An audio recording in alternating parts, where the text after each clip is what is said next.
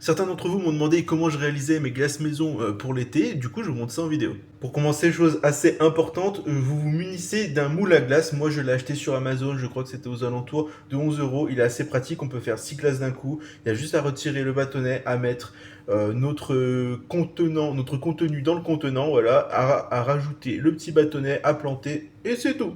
Donc première étape, tu t'achètes un petit moule à Esquimau comme ça. Ensuite, je vais vous montrer comment on va faire et ça dépend beaucoup de quelle glace vous voulez faire. Si vous voulez faire plutôt des sorbets ou quelque chose de plus crémeux, donc ça va dépendre, on va pas prendre les mêmes ingrédients. Premier exemple pour une première glace, moi j'avais envie de tester quelque chose de très très simple, juste une glace saveur jus de pomme. Enfin, à la pomme. Du coup, on va juste verser tranquillement de la pomme dans notre moule, sans en mettre de partout de préférence.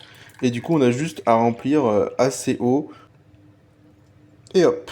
Voilà, en 5 secondes, une glace de fait déjà. Bon, celle-là, elle était vraiment très très simple. Ensuite, une glace un petit peu plus exotique, ça va être mangue et fruit de la passion. Donc là, on va avoir une base un petit peu sorbet avec du fruit de la passion en jus et des petits morceaux de mangue à l'intérieur pour apporter un petit peu de texture, un peu de croquant. Je pense que ça va être très bon. Comme pour le jus de pomme, eh ben, on verse notre petit jus de passion. Je vais pas en mettre plus que ça parce que j'ai peur qu'avec les morceaux de mangue après, eh ben, ça déborde. Là, j'ai coupé mes morceaux de mangue et du coup, on va juste venir les rajouter dans notre petit jus de pamplemousse. On va mettre des morceaux bien généreux des deux côtés du coup pour faire deux glaces identiques.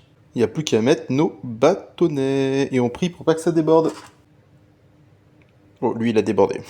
Une fois que la glace sera bien congelée, il ne me restera plus qu'à faire une petite coque en chocolat noir autour de la glace et là, ça sera bien gourmand. Je vous laisse la surprise de la troisième glace. N'hésitez pas à aller voir du coup la vidéo dégustation qui normalement est sortie si j'ai pas fait de bêtises. J'espère que cette petite vidéo préparation vous aura plu. Je vous dis à la prochaine. Bisous!